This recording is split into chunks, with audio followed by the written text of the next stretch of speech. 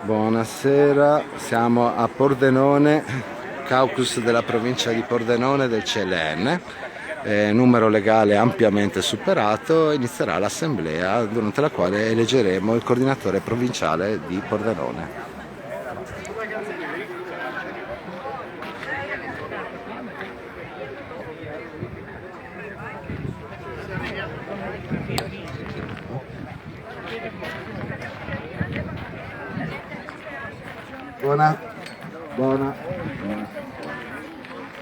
Buonasera a tutti, grazie di essere venuti qui, Enea Ellero dei 1000, Pordenone, una piazza che già conosciamo perché siamo riusciti a riempire il giorno in cui una squadra di calcio si giocava all'Europeo e nessuno avrebbe scommesso sulla presenza di poche decine di persone, invece eravamo molte centinaia.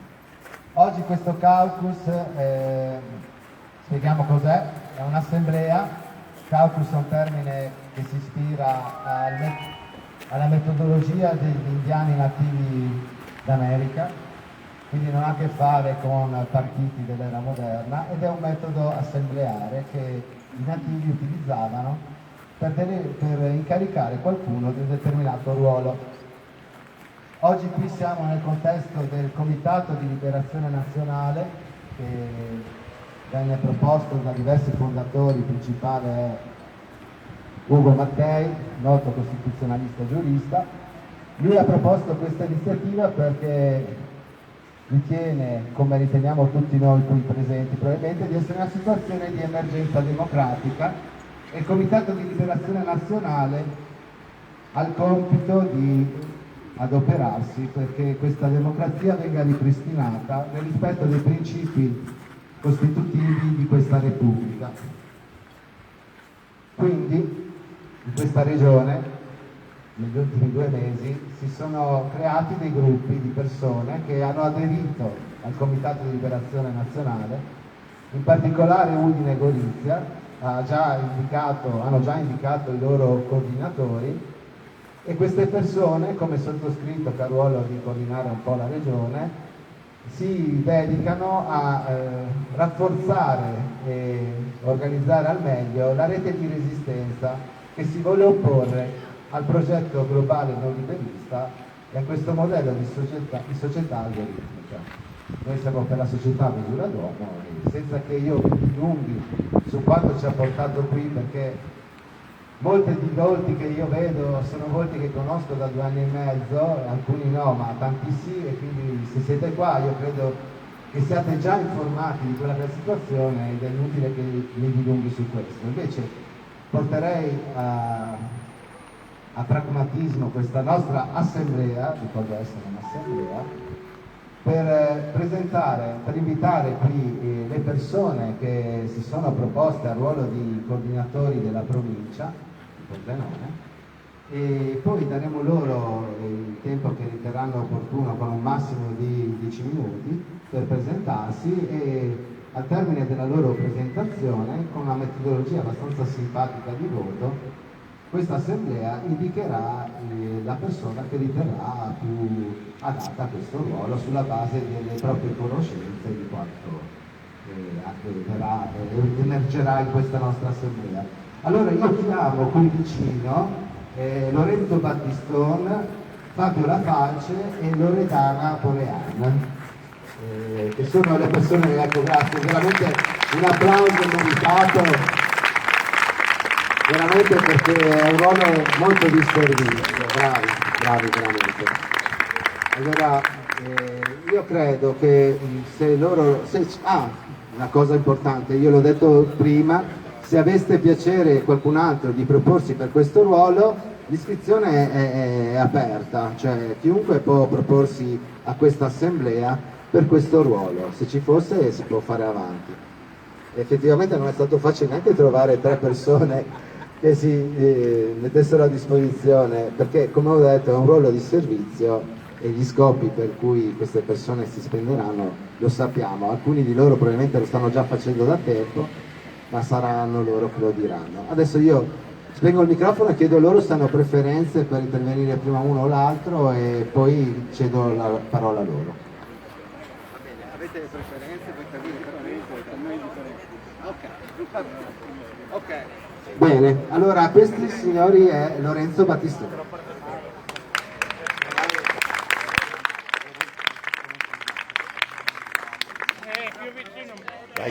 Vai. Mi chiamo Lorenzo Battistone e come appena poc'anzi detto Alessandro, e a differenza di lui io qui, se guardo intorno, non conosco nessuno, però conosco bene il CLN, poiché dal momento in cui è partito io mi sono iscritto praticamente subito. Perché mi sono iscritto lì? Ero veramente in una situazione difficile, nel senso che, presumo, le persone che sono qua più o meno hanno vissuto tutti la stessa esperienza, cioè nel mio caso, essendo insegnante, mi sono trovato nel mese di settembre a vivere una situazione abbastanza molto complessa, quasi tutte le sere a fare il tampone, come qualcuno dice il tampone magari ti doveva arrivare fino al cervello e così via, no? È una vicenda un po' triste. Io mi sono occupato di attività così, di volontariato parecchi anni fa, avevo abbandonato, però ho detto, in questa situazione ho detto no, mi devo rimettere in gioco. Primo, come avete mai sentito parlare della Commissione Dupré? Avete mai sentito parlare della Commissione Dupré? Comunque quando fanno i vari interventi c'è sempre un relatore tra i vari, quando organizzano le assemblee, che dice sempre io non ho nessun interesse. Bene, io sono nella stessa situazione, non ho nessun interesse da portare avanti. L'unico interesse, forse così mentre lo sto dicendo, che mi viene in mente è uno solo, avendo già una certa età, no? Non vorrei finire come Dante a un certo punto che dice ti mettiamo magari in quella parte dell'inferno dove sei rincorso dalle vespe, no? Nel senso che è bene, ho detto è meglio che mi dia da fare a fare un qualche cosa, no? Cioè perché la situazione non dico che sia drammatica, però insomma è un po' complessa, no? Io mi sono sentito francamente in un periodo, uso una parola che forse non si dovrebbe usare, però in un certo senso violentato, come presumo sia stato violentato anche qualcun altro si sia sentito un po' in questa situazione. Una situazione non gradevole, pensavo che non ci fossero più questi tipi di problemi e invece ho percepito che qualcosa forse bisogna mettersi in testa di aiutare insomma coloro i quali si danno da fare. L'ancora di salvezza secondo me è stata proprio la commissione, no, prima della commissione, la commissione Dupré, nel senso che davano un po' di fiducia, davano un po' di speranza, chi stava parlando del discorso relativo se il vaccino è utile fare, non fare e così via, lì c'era un qualche cosa che ti metteva il dubbio e la precauzione come dicevano loro, e francamente è così, perché non ci si può lasciare il dubbio su una cosa se devo fare o non devo farla? Cioè, avrò l'intelligenza per capire se questa cosa è necessaria o non è necessaria, mi informerò, perché mi devi proprio obbligare? E lì è stata un po' la catena scatenante. Nel momento in cui ho avuto un colloquio, un'assemblea che ha organizzato Mattei, e nell'occasione in cui hanno presentato il logo, ho detto bel logo, perché francamente è bello, no? Con questa ape, eccetera. Ho detto però stiamo attenti perché l'ape è un qualche cosa che sembra quasi in estinzione. No, quindi lui fa no, non preoccupiamoci, no, ci diamo da fare in modo tale che ciò non avvenga. E la prima dimostrazione, io rimango francamente colpito dal fatto che ci sia tanta gente questa sera, francamente siamo in tanti, no? Molto probabilmente quindi il problema è sentito. L'unica cosa che notavo con mio figlio che è qui, no, è che non si vedono i giovani, cioè questo è un discorso che dobbiamo tenere presente, quindi bisognerà trovare una strategia affinché il CLN riesca a coinvolgere la gioventù in qualche modo. Io da insegnante so che nel cuor loro avrebbero voglia di giustizia, avrebbero voglia di fare le cose per bene, eccetera, però non trovano neanche gli strumenti per potersi muovere, questo è un problema. E una piccola parentesi, nel momento in cui è apparsa la scritta CLN, ho avuto una scritta ero un po' dubbioso all'inizio se iscrivermi subito oppure no, perché era un nome impegnativo, cioè Comitato di Liberazione Nazionale. Allora mi sono messo lì e ho detto, ma proprio liberazione, ma liberarci da che cosa? Cioè, ho cercato di capire e mi sono messo lì a fare un elenco. Beh, francamente, nel momento in cui mi sono messo a ragionare, cose su cui lavorare che non vanno bene effettivamente se ci si mette lì su un tavolo, ce ne sono veramente tante. Il dato certo che anche questo in un primo momento, ma capisco che Mattei ha fatto delle scelte, ovviamente con l'equipe che ci lavora con lui, ha fatto delle scelte strategiche interessanti. Primo, non presentarsi alle votazioni, è fatto benissimo, perché il ruolo del Comitato Nazionale di Liberazione è proprio quello di riuscire a coagulare e cercare di essere una fonte così di aiuto, o meglio raccogliere quelle che sono le tematiche che riguardano qualsiasi partito, perché io non nego di aver votato su tanti partiti che sono stati molto deludenti sotto certi aspetti, no? Perché no, non sto qui a citare quali partiti ho votato, comunque sono stati deludenti, dicevano una cosa e poi no. E quindi riuscire ad essere apartitici, non apolitici, apartitici, credo sia una cosa interessante, no? E se il comitato riesce ad avere un numero di iscritti alto, che io credo sia questo l'obiettivo, avere un numero di iscritti alto, in modo tale da poter contribuire, realizzare, mettere in campo proposte di legge, cioè riuscire ad avere quel numero sufficiente per proporre le leggi al Parlamento. E poi, purché ce le voti, leggi tendenti a che cosa, secondo il mio punto di vista? È ciò che in questi anni si è un po' perso, cioè si è perso la tutela, si è passati sopra a quelle persone che sono cittadini normali, come lo sono io, come siamo tutti, cioè cittadini che vanno a lavorare la mattina, guadagnano il loro stipendio, poi cercano di mantenere la famiglia in qualche modo, di far andare avanti le cose in qualche modo, senza grandi ambizioni, ma così. E queste persone secondo me sono state dimenticate, cioè tutto l'apparato legislativo eccetera tende a guardare altro. Forse avranno anche ragione, chi lo sa, le grandi strategie europee, mondiali, forse avranno anche ragione, io non lo so, però una cosa notavo, che anni fa noi si stava meglio, questo sì, cioè si viveva meglio, se non altro si viveva più tranquilli, ecco, questo era tornare a una situazione normale, cioè non si capisce tutte queste storie, bisogna essere dei grandi strateghi con l'Europa, vabbè, però il risultato qual è alla fine? Qual è il risultato? Il risultato non è stato sicuramente positivo, ce ne accorgiamo tutti, perché io non ho problemi a dire che a fine mese, insomma, se anni fa le cose andavano discretamente bene, insomma, adesso il problema inizia a farsi presente, cioè non è che sia proprio, no? E quindi vuol dire che la normativa, le leggi, eccetera, eccetera, non sono andate proprio in quel senso lì. Perché mi permetto di dire questo che è importante? Non so se vado fuori tempo, perché da bravo insegnante quando... Ah, ecco, da bravo insegnante quando si inizia a parlare poi non si... no? 4 minuti. Va bene, ok. Perché ho fatto questo? Ho fatto il ragionamento sulle leggi. Io ho avuto un'esperienza tantissimi anni fa. Ero giovane, avrò avuto sui 30 anni, 35 adesso mi ricordo, ma c'era un problema amministrativo che riguardava il comune dove io vivevo, dove tuttora vivo, Pasiano di Pordenone. Era prevista da parte dell'amministrazione, c'era una proposta di realizzare un grandissimo elettrodotto che partiva dal Veneto e arrivava praticamente, doveva arrivare fino a Sesto Arregano, ma poi doveva proseguire anche in Friuli. La cosa non mi piaceva sotto il profilo della progettazione che era stata fatta, perché io sono anche architetto, no? Cioè sono laureato in architettura. E la cosa non mi piaceva proprio sotto l'aspetto proprio così, progettuale, c'era qualcosa che non mi convinceva. Di lì a poco, insomma, ho cercato di organizzare dei comitati, ho organizzato allora dei comitati, e il comitato ha ottenuto il risultato di non fare che quell'elettrodotto venga realizzato.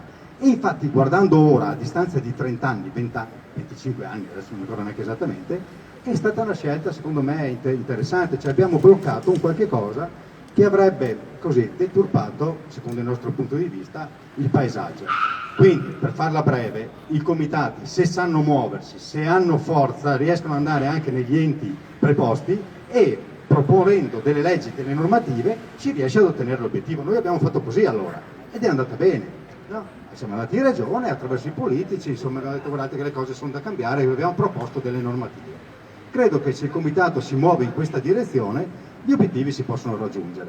Siamo in tanti, perché veramente siamo in tanti, se l'organizzazione diventa territoriale che riguarda i Friuli, ma mi pare di capire da come seguendo i lavori che vengono fatti a livello nazionale, la cosa sta maturando bene anche a livello nazionale, quindi le prospettive sono tutte positive. Quindi dare un contributo, ben venga, io sono qui proprio a disposizione per questo. Quindi se dovessi essere, non so, diventare rappresentante, non ci si può aspettare grandi cose, no? Però riuscire a essere punto di collegamento, riuscire a spostarsi, se c'è necessità di fare qualche piccola intervista, no? Sui giornali, eccetera, mi rendo disponibile anche a queste cose per portare avanti le istanze che nascono all'interno dei nostri colloqui che faremo. Ecco, questo è un po' il ragionamento che voglio portare avanti e ora direi di poter chiudere la mia presentazione. Grazie. Grazie a Lorenzo. Bene, qui adesso avremo Fabio da Falce. L'unico che non mi conosceva era lui. No, per chi non mi conosce, Fabio La Falce, farmacista ospedaliero sospeso. Mi hanno chiesto di candidarmi con qualche partito, Italia Exit, Eric Grimaldi, direttamente lui, e non ho accettato. Non ho accettato perché il mio ruolo è tecnico, come quello di molti altri, come qua Gabriele, Fantini per esempio, sono tecnici, e dobbiamo restare secondo me a disposizione di tutti i nuovi partiti e non soltanto di pochi, e per non essere attaccati da nessuno. Ma l'altro motivo per cui non mi sono candidato in politica è perché non credo che serva, perché anche se noi riusciamo a chiuderli tutti quanti dentro, in Parlamento, in Senato, per 4 mesi, l'Italia continua così, perché hanno incancrenito tutte le strutture del nostro sistema. Quando fai denuncia in procura, e l'ultima che abbiamo fatto con 27 farmacisti l'abbiamo depositata il 31 luglio, è una denuncia in cui dichiari che stanno facendo le cose illegali e stanno ammazzando le persone, e un procuratore di una città nobile come Pordenone tace. Quando vai a chiedere spiegazione a un direttore generale, come abbiamo fatto il 15 dicembre, con presente la Digos, e chiedi che venga indagato qualcuno, facciano dei controlli e nessuno si muove, capisci che il problema non è la politica, è il cancro che ormai ha infettato tutte le nostre istituzioni. Per cui non mi serve candidarmi in politica, bisogna fare altro. E quello che abbiamo fatto qui a Pordenone è stato molto in Friuli, abbiamo fatto molta rete e stanno lavorando veramente tanto e tanto bene i vari gruppi locali. Bisogna lavorare qua sul territorio in sinergia con tutta l'Italia ovviamente, e il comitato come il CLN può essere un'opportunità, non credo tanto di fare proposte di legge per cosa? Per non farle rispettare. Hanno violato tutte le leggi del farmaco, ne facciamo anche 10 nuove, continuano a fregarsene. Abbiamo votato contro l'acqua privata e la rimetteranno pubblica. Scusate, contro la privata. Cosa speriamo di fare andando là? Di farci prendere per il naso per altri 5 anni? Noi invece no, dobbiamo essere un pochino più veloci e più scaltri. Noi dobbiamo pensare, e lo dico provocatoriamente a tutte le serate in cui vado, a pensare di cambiare il primo articolo della nostra Costituzione. Non mi piace e non guarderò più l'articolo 1 della Costituzione come il nostro primo articolo. Lo trovo aberrante. Articolo 1: l'Italia è una repubblica democratica fondata sul lavoro. Come se lo scopo della vostra vita fosse il lavoro. No, l'articolo 1 della Repubblica Italiana deve essere: l'Italia è una repubblica democratica fondata sulla vita. Sulla vita, non sul lavoro. E allora, se noi partiamo da questo e abbiamo un comitato che può lavorare su questo, e ci mettiamo dentro di tutto, dalla cultura all'ambiente, alla salvaguardia delle specie, della natura, forse l'Italia la cambiamo. Per cui il mio obiettivo è provare anche con questa struttura, con questa rete, a vedere se si può fare la giusta energia, buttarci dentro questo contenitore tutti i nostri progetti, e ce ne sono tantissimi, belli, divertenti e anche utili, e spero che alcuni potrebbero raccontarveli non tra molto tempo, sinceramente, e speriamo così di cambiare l'Italia, cambiando la nostra singola vita. Non vi porto altro tempo. Un'altra cosa che aggiungo, spero e mi auguro con i candidati di Pordenone, che al di là di chi vinca, tutti quanti si resti sempre qua uniti e si collabori con me. Grazie. Grazie a Fabio. E adesso il turno di Loredana Boreale. Grazie. Allora, naturalmente un terrore parlare in pubblico, ho preparato il pizzino. Prima di tutto voglio ringraziarvi per essere venuti qui, nonostante la minaccia del tempo, e di avere la pazienza di ascoltarci. Condivido tutto quello che è stato detto dai miei 2 colleghi precedenti. E non ho altrettante così, analisi politiche da fare. Posso dire semplicemente che tanti di voi mi conoscono, mi sono attivata fin da subito all'inizio di questa farsa di pandemia, molti lo sanno, ci siamo ritrovati ancora ad ottobre del 2020 nella piazzetta San Marco dietro al municipio, un poco più di 4 gatti, però già belli agguerriti, eravamo lì a dire la nostra, insomma. E Scusate ancora perché sono agitata, nervosa, parlare in pubblico non è facile, mi viene più facile fare, agire, sono il mio difetto è essere un po' troppo pragmatica, mi sono presa così due annotazioni. Questi giorni avevo in mente, è tornato un po' di moda fra di noi Giorgio Gaber e mi è capitato di riascoltare la sua canzone C'è solo la strada. E questa cosa mi ha fatto venire in mente il bello di questa piazza, di essersi ritrovati, come dice la canzone, c'è solo la strada su cui puoi contare. La strada è l'unica salvezza, c'è solo il bisogno, la voglia di uscire, di esporsi nella strada, nella piazza. Perché il giudizio universale non passa per le case dove noi ci nascondiamo, dove ci hanno nascosto durante il lockdown. Bisogna ritornare nella strada per conoscere chi siamo e noi questo l'abbiamo fatto poco più di un anno fa qui a Pordenone. Eravamo tutti tantissimi e dopo tanti anni tanti hanno detto finalmente Pordenone è rinata, è tornata alla vita. Quindi siamo tornati nella strada e abbiamo intessuto un sacco di relazioni importanti dalle quali sono nate tantissime realtà. Come diceva Fabio, ci sono i gruppi di paese che hanno organizzato bellissime iniziative, gli orti sociali, le scuole parentali, le sinergie di aiuto per i sospesi, cose bellissime. E quindi quello che cerchiamo è già qui, in questa piazza, le relazioni che qui sono nate dimostrano che è possibile creare luoghi imprevisti per ricucire i legami di fiducia che servono per creare comunità. E noi l'abbiamo dimostrato in questo anno, qui a Pordenone abbiamo dimostrato che queste nuove relazioni hanno potuto ricreare la comunità. Un'altra cosa che mi girava per la testa in questi giorni è la parola coraggio. E siccome so di non essere mai stata molto coraggiosa, ho cercato di analizzare che cosa vuol dire coraggio. Sono andata a vedermi il vocabolario, quelle cose lì. Coraggio vuol dire avere cuore, agire con il cuore, capacità di correre rischi per scopi nobili.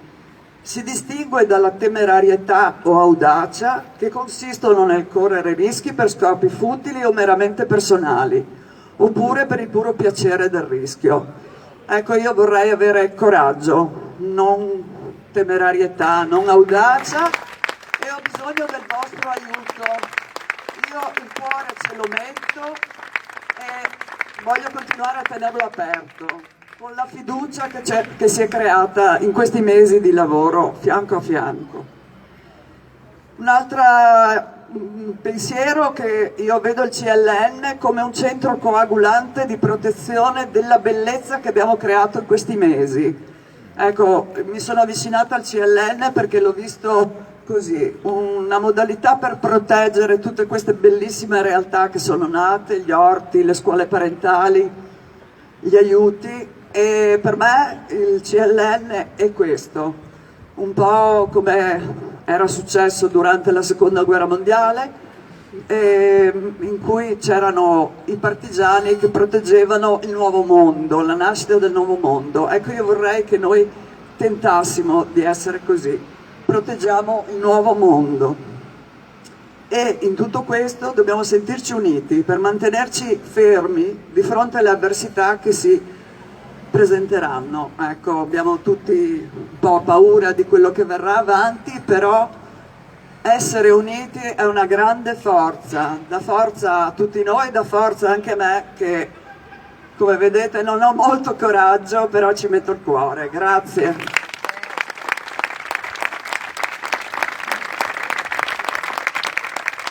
Grazie a Loredana, a Fabio e a Lorenzo. Bene, veramente tre belle presentazioni. Ora si parte con la fase di voto. Quindi le modalità saranno queste. Chiedo a Fabio, Loredana e Lorenzo, venite qua vicino a me. Li posizioneremo in posti distinti della piazza in maniera tale che chiunque voglia votare si potrà mettere alle spalle di uno di loro tre. allora io direi che potremmo utilizzare la parte che in questo momento voi state occupando, magari dietro le sedie. No, lasciate pure le sedie, chiedo alle persone di spostarsi e mettiamo qua i 3 candidati. Voi spostatevi per cortesia un attimo, voi alzatevi, sì. Dovete votare, no? Allora io direi che potremmo... Prego? Sì, lo so, potete votare uguale. Certo. Sì, chi fosse anche di un'altra provincia può votare perché ha partecipato all'assemblea. Chiaramente non avrebbe potuto candidarsi per una provincia di cui non è abitante. Ok, allora Fabio allora sulla sinistra, Loredana in mezzo, Lorenzo qua a destra. Allora chiedo a tutti voi di mettersi, allora Lorenzo, Loredana e Fabio si girano verso di me, stai in linea con loro per cortesia, ecco. Bene, potete votare mettendovi dietro al vostro candidato, ognuno di voi per cortesia. Possibilmente fila per 3, magari mettetevi un po' più distanti, grazie, ancora un po' Fabio, grazie. Poi così un giorno mi perdonerai. Ok. Va bene. Loredana in mezzo, Lorenzo qua sulla destra. Ci sono anche gli astenuti, chiaramente, che fanno comunque numero legale. Cioè, che poi astenersi significa che possono andare bene tutti e 3 o nessuno dei 3, insomma, no? Però l'astensione ha un suo valore. Ok. Adesso Daniel mi conti le persone per cortesia. La fila dietro Lorenzo per cortesia, se può essere più compatta. A noi non ce la devi far vedere. La mascherina, ok? Deve sparire. Ok. Deve sparire. Siamo democratici. Cazzo, deve sparire quella Per mascherina. cortesia. Non è Abbiamo necessario. rischiato tutto per quella mascherina. Voterà per un'altra È un persona. simbolo e qua non deve essere. Qua non deve essere. Voterà per un'altra persona. Siamo democratici noi. Prego.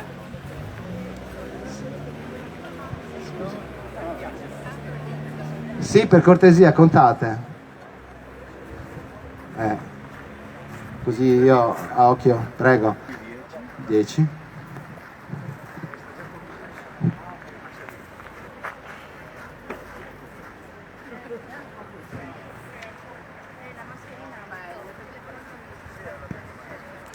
Tre sette.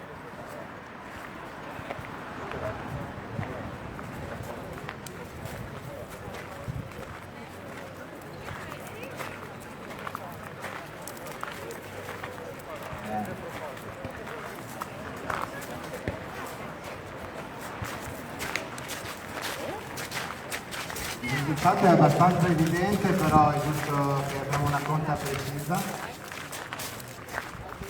52. Ottimo, perfetto.